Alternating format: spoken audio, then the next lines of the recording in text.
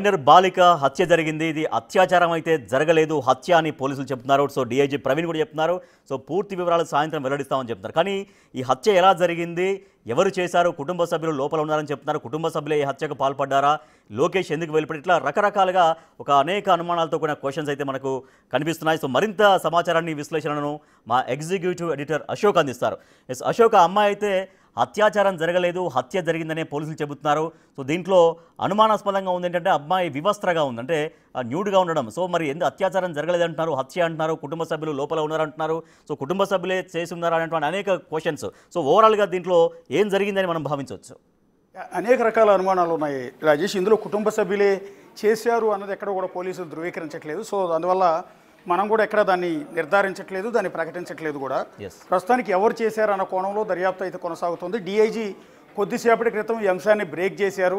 సొసైటీకి అసలు నిజం చెప్పే ప్రయత్నం చేశారు. డీఐజీ కోయ ప్రవీణ్ స్పాట్కి వెళ్ళారు. అమ్మాయి ఎక్కడైతే హత్యకు గురైందో అదే స్పాట్కి వెళ్ళి అమ్మాయిది హత్య అనేది మొదట నిర్ధారించారు. రెండోది, ఇప్పటి వరకు అంటే నిన్నటి నుంచి ఇప్పటి వరకు వైష్ణవిని హత్య చేసింది లోకేష్ అనే కుర్రాడు. అతనే గండికోట లోపలికి తీసుకొస్తున్న సీసీ ఫుటేజ్ ఆధారంగా గుర్తించి ఇతనే లోపలికి తీసుకెళ్ళి ఆమెను చంపేసి ఆ తర్వాత తిరిగి వెళ్ళిపోయాడు అనేది నిన్నటి నుంచి భావించారు. ఒక విధంగా చెప్పాలంటే మన ఛానల్తో సహా అన్ని టీవీ ఛానల్స్, అన్ని పత్రికలు, వెబ్సైట్లు, యూట్యూబ్ ఛానళ్ళు కూడా ఇదే అంశాన్ని, ఇదే కథనాన్ని ప్రసారం చేశాయి. పోలీసులు మొదట అనుమానించింది కూడా లోకేష్ని, ఎందుకంటే 2 సీసీ ఫుటేజ్లు దొరికాయి.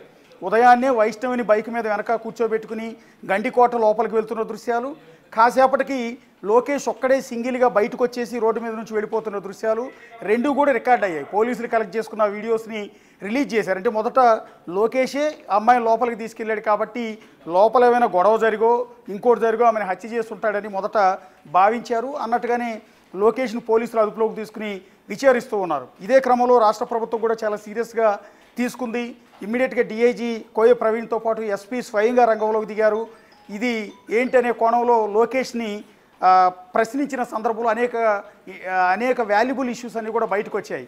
ఒకటి, ఫస్ట్ ఆఫ్ ఆల్ లోకేష్ చెప్పింది ఏంటంటే, నేను ఆ అమ్మాయిని లోపలికి తీసుకెళ్ళింది నిజం, ఆ తర్వాత అమ్మాయిని అక్కడ వదిలిపెట్టేసి నేను వచ్చేసాను, నేను అమ్మాయిని హత్య చేయాల్సిన అవసరం నాకు లేదంటూ కొన్ని విషయాలు చెప్పుకొచ్చాడు. అదేంటంటే, అమ్మాయి వైష్ణవి బంధువులు కొంతమంది ఎవరైతే లోకేష్ తండ్రి ఉన్నారో తండ్రికి ఫోన్ చేసి, మీ అబ్బాయి మా అమ్మాయిని తీసుకుని గండికోట దగ్గర ఒక రిసార్ట్ దగ్గర కనిపించాడు, మీ వాడిని ఎట్టి పరిస్థితుల్లో కూడా వదిలిపెట్టేది లేదు అంటూ ఒక వార్నింగ్ ఇచ్చారు. వార్నింగ్ ఇచ్చి మేము ఇప్పుడు అక్కడికి వెళ్తున్నాం, అతను పట్టుకుంటున్నాం అని చెప్పారు.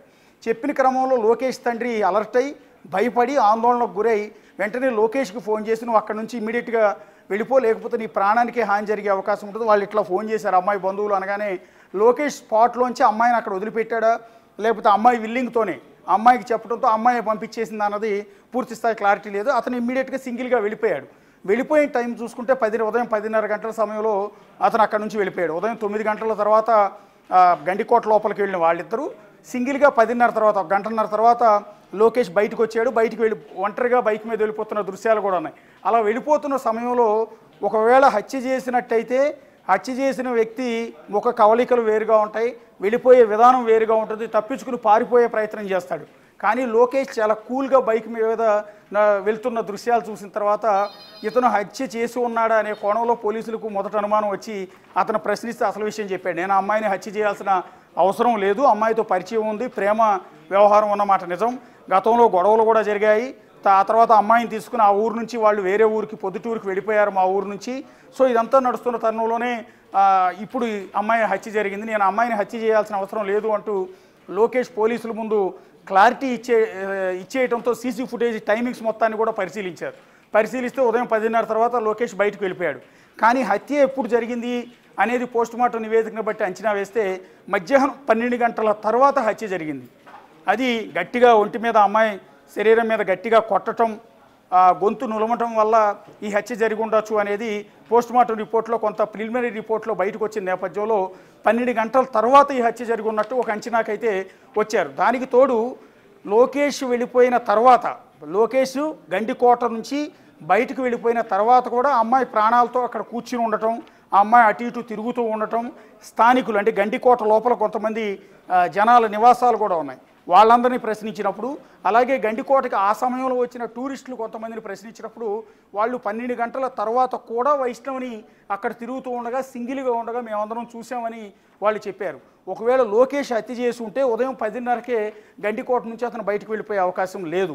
హత్య జరిగింది 12 గంటల తర్వాత కూడా ఆమెను ప్రాణాలతో సజీవంగా గండికోట లోపలే వైష్ణవి తిరుగుతూ ఉండగా మేము చూసాము అనేది ప్రత్యక్ష సాక్షులు, అందులో ఉన్న జనాభా, అక్కడ ఉన్న జనాలు వీళ్ళందరూ కూడా స్పష్టంగా చేసిన నేపథ్యంలో లోకేష్ అమాయకుడు, అతను హత్య చేయలేదు అన్న విషయం పోలీసులు ధృవీకరించుకుని ఎవరు హత్య చేశారనే కోణంలో ఇప్పుడు దర్యాప్తు అయితే చేస్తున్నారు. కొన్ని ఇంటర్నల్గా కొంతమందిని పికప్ చేశారు. కాకపోతే ఇది ఏంటంటే చాలా సెన్సేషన్ ఇష్యూ, ఆడపిల్లకి సంబంధించిన ఇష్యూ, కుటుంబానికి సంబంధించిన ఇష్యూ కాబట్టి వాటిని పాయింట్ అంటే లోకేష్ ఇద్దరు కలిసి వెళ్ళారు కాబట్టి ఆ అమ్మాయిని సరే మనం అన్నట్టుగా కుటుంబ సభ్యులను మనం కూడా ఇప్పుడు నిర్ధారణ చెప్పలేము, వాళ్ళ పోలీసు అధికారులు చెప్పాల్సిన విషయం. అయితే ఈ ఎవరైతే హత్య చేశారో ఆ హత్య లోకేష్ పైన ఆపాదించే ప్రయత్నం చేయడానికి ఉపయోగించుకున్నారా ఆ సందర్భాన్ని ఏమన్నా అన్నటువంటి డౌట్ కూడా. ఖచ్చితంగా ఆల్రెడీ ఎవరైతే వైష్ణవికి అన్నయ్య వరుస అయ్యే వ్యక్తి ఒక అతను, బహుశా వాళ్ళ పేర్లు మనం పోలీసులు రివీల్ చేయకముందు చెప్పకూడదు, ఆమెకు వరుసకి అన్నయ్య అయ్యే వ్యక్తి, సొంత అన్నయ్య కాదు, ఆ అన్నయ్య లోకేష్ తండ్రికి కాల్ చేశాడు. కాల్ చేసి మీ వాడు మా అమ్మాయిని తీసుకుని ఎన్నిసార్లు చెప్పినా మీ వాడు మారట్లేదు, అమ్మాయిని తీసుకుని గండికోట దగ్గర ఒక రిసార్ట్లో కనిపించాడు, వాడు అంతు చూస్తామన్నట్టుగా ఒక వార్నింగ్ ఇచ్చిన నేపథ్యంలోనే లోకేష్ తండ్రి ఇమీడియట్గా లోకేష్కి కాల్ చేసి అలర్ట్ చేయడంతో లోకేష్ అక్కడ అమ్మాయిని వదిలిపెట్టి వెళ్ళిపోవటం అనేది జరిగింది. సో లోకేష్ తండ్రికి ఫోన్ చేసిన ఈ వైష్ణవి అన్నయ్య ఎవరు, ఆ తర్వాత ఏం జరిగింది, ఈ లోకేష్ తండ్రికి ఫోన్ చేసిన ఈ వైష్ణవికి వరుసకి అన్నయ్య అయ్యే వ్యక్తే గండికోట లోపలికి వెళ్ళాడా అనేది ప్రస్తుతం పోలీసుల దర్యాప్తులు తేలాల్సి ఉంటుంది. ఇంకా విచారణ జరుగుతోంది కాబట్టి పూర్తిగా మనం రివీల్ చేయలేకపోతున్నాం. కానీ లోకేష్ అయితే అమ్మాయిని హత్య చేయలేదు, కానీ లోకేషే అమ్మాయిని తీసుకొచ్చింది లోకేషే కాబట్టి, సీసీ ఫుటేజ్ ఆధారాలు ఉన్నాయి కాబట్టి ఆమెను చంపేసి ఆ హత్యా నేరం లోకేష్ మీద వేయాలన్న కుట్రతోనే వైష్ణవిని హత్య చేసినట్టుగా దీన్ని బట్టి స్పష్టంగా అర్థమవుతుంది. అంతేకాకుండా వైష్ణవిని లోపలికి తీసుకెళ్ళటం, సీసీ ఫుటేజ్లు అన్నీ రికార్డ్ అవుతాయి. ఖచ్చితంగా రేపు పోలీసుల ఇన్వెస్టిగేషన్లో లోకేష్ అడ్డంగా దొరికిపోతాడు. పైగా అతనే రేప్ చేసి చంపాడు అన్నట్టుగా ఒక సీన్ క్రియేట్ చేశారు. ఆ అమ్మాయిని ప్రాణాలు తీసేసిన తర్వాత ఒంటిపైన టాప్ అంతా కూడా తొలగించి అర్ధనగ్నంగా ఉంచి వదిలి వెళ్ళారు. అంటే రేప్ జరిగింది అన్నట్టుగా ఒక సీన్ క్రియేట్ చేశారు చంపిన తర్వాత. దాన్ని బట్టి అర్థమైంది ఏంటంటే మొదట లోకేషే అత్యాచారం చేసి ఆ తర్వాత ఆమెను పెళ్లి చేసుకోమని బలవంతం చేయటం వల్ల, ఇంకో కారణాల వల్ల, గొడవ జరగటం వల్ల ఆమెను హత్య చేసి ఉండొచ్చు అనగా సీన్ క్రియేట్ చేశారు. కానీ పోస్ట్మార్టం రిపోర్ట్లో ఎక్కడ ఆమె మీద అత్యాచారం జరగలేదు అన్న విషయం ధృవీకరణ అవటంతో కేసులో కొత్త ట్విస్ట్ అనేది మొదలైంది. ప్రస్తుతం కుటుంబ సభ్యుల్లో కొంతమంది మీద, ఎవరైతే లోకేష్ తండ్రికి కాల్ చేశారో వారి మీద అయితే కొంత అనుమానం ఉంది. దర్యాప్తు కొనసాగుతోంది. ప్రస్తుతం వైష్ణవి అంత్యక్రియలు జరుగుతున్నాయి కాబట్టి ఇవాళ ఫ్యామిలీ మెంబర్స్ ఎవరిని కూడా పోలీసులు పికప్ చేయలేదు. కొంతమంది అనుమానితులను మాత్రం అదుపులోకి తీసుకుని ప్రశ్నిస్తూ ఉన్నారు. సాయంత్రానికి ఒక క్లారిటీ వచ్చే అవకాశం ఉంటుంది. లోకేష్ బయటికి ఎందుకు వెళ్ళారు, వెళ్ళిన తర్వాత గండికోట లోపలికి వెళ్ళింది ఎవరు వైష్ణవిని హత్య చేశారు, ఎవరు దాన్ని రేపుగా చిత్రీకరించారు అనేది వాళ్ళ సాయంత్రానికి ఒక క్లారిటీ వచ్చే అవకాశం ఉంటుంది. కొద్దిసేపటి క్రితం డిఐజీ కోయ ప్రవీణ్ కూడా అక్కడ స్పాట్కి వచ్చి ఆయన కూడా కొంచెం మాట్లాడారు. ఒకటి ఏంటంటే అత్యాచారం జరగలేదు, హత్య మాత్రమే జరిగింది, విద్యార్థిని హత్యలో లోకేష్ పాత్ర ఏమాత్రం లేదు, ఇది పోలీసుల అఫీషియల్ స్టేట్మెంట్. ఇప్పటి వరకు అంటే కొద్దిసేపటి క్రితం వరకు కూడా ఈవెన్ ఎంటైర్ మీడియా కావచ్చు, ఎంటైర్ రాష్ట్రంలో ఉన్న ప్రజలందరూ కూడా లోకేషే హత్య చేసి ఉండొచ్చు అనే భావించాం మనందరం. సమయం తెలిసింది కాబట్టి 12 గంటల తర్వాత జరిగింది అని తెలిసింది కాబట్టి ఆ సమయమే కీలకంగా మారింది. రైట్. ఎస్, పోస్ట్మార్టం రిపోర్ట్లో కూడా ఒక అంచనాకు వస్తారు. ఎవరు ఒకవేళ కత్తితో పొడుచుంటే ఏ సమయంలో పొడుచుండొచ్చు, ఒక అరగంట అటు ఇటుగా అయినా టైం చెప్తారు. కానీ లోకేష్ ఉన్న సమయంలో హత్య జరగలేదు అనేది ఒకటి. ప్రత్యక్ష సాక్షులు చెప్పింది కూడా లోకేష్ వెళ్ళిపోయిన తర్వాత కూడా వైష్ణవి అక్కడ ఒంటరిగా తిరగటం స్థానికులు గమనించారు, టూరిస్టులు కొంతమంది గమనించారు. వాళ్ళందరూ ఇచ్చిన వాంగ్మూలం సాక్ష్యం ఆధారంగా లోకేష్ వెళ్ళిపోయిన తర్వాత కూడా ఆమె ప్రాణాలతో ఉందని పోలీసులు ధృవీకరించుకున్నారు. అయితే లోకేష్ అక్కడ నుంచి వెళ్ళిపోయిన తర్వాత అదంతా కూడా నిర్మానుష్యంగానే ఉంటుంది. ఊరి చివర గండికోట ఉంటుంది. సరే గండికోటలో మనుషులు ఉంటారు, కొన్ని ఇళ్ళు అయితే ఉంటాయిలే, కానీ అలాంటి చోట వైష్ణవుని ఒంటరిగా వదిలిపెట్టి లోకేష్ ఎందుకు వెళ్ళిపోయాడు? లోకేష్ వెళ్ళిపోయిన తర్వాత అయినా పోనీ వీళ్ళ బంధువులు వస్తారన్న భయంతో వైష్ణవి అయినా అక్కడ నుంచి తన ఇంటికి వెళ్ళిపోకుండా గండికోట లోపలే ఎందుకు ఉండిపోవాల్సి వచ్చింది? ఇవన్నీ కూడా తేలాల్సింది. ఈ మిస్టరీ అంతా కూడా సాయంత్రం విడిపోయే అవకాశం ఉంటుంది. ఎస్పీ ఒక ప్రెస్ మీట్ పెట్టి మరి కాసేపట్లో అఫీషియల్గా నిందితులను చూపించే అవకాశం కూడా కనిపిస్తుంది. Rajesh. Right, thank you Ashok. గండికోటలో విద్యార్థిని వైష్ణవి హత్యకు సంబంధించి కీలక ఆధారాలు సేకరించారు పోలీసులు. అయితే ఇది అత్యాచారం జరగలేదు, హత్య జరిగింది, లోకేష్ పాత్ర దీంట్లో లేదు అనేది నిర్ధారణకు వచ్చారు.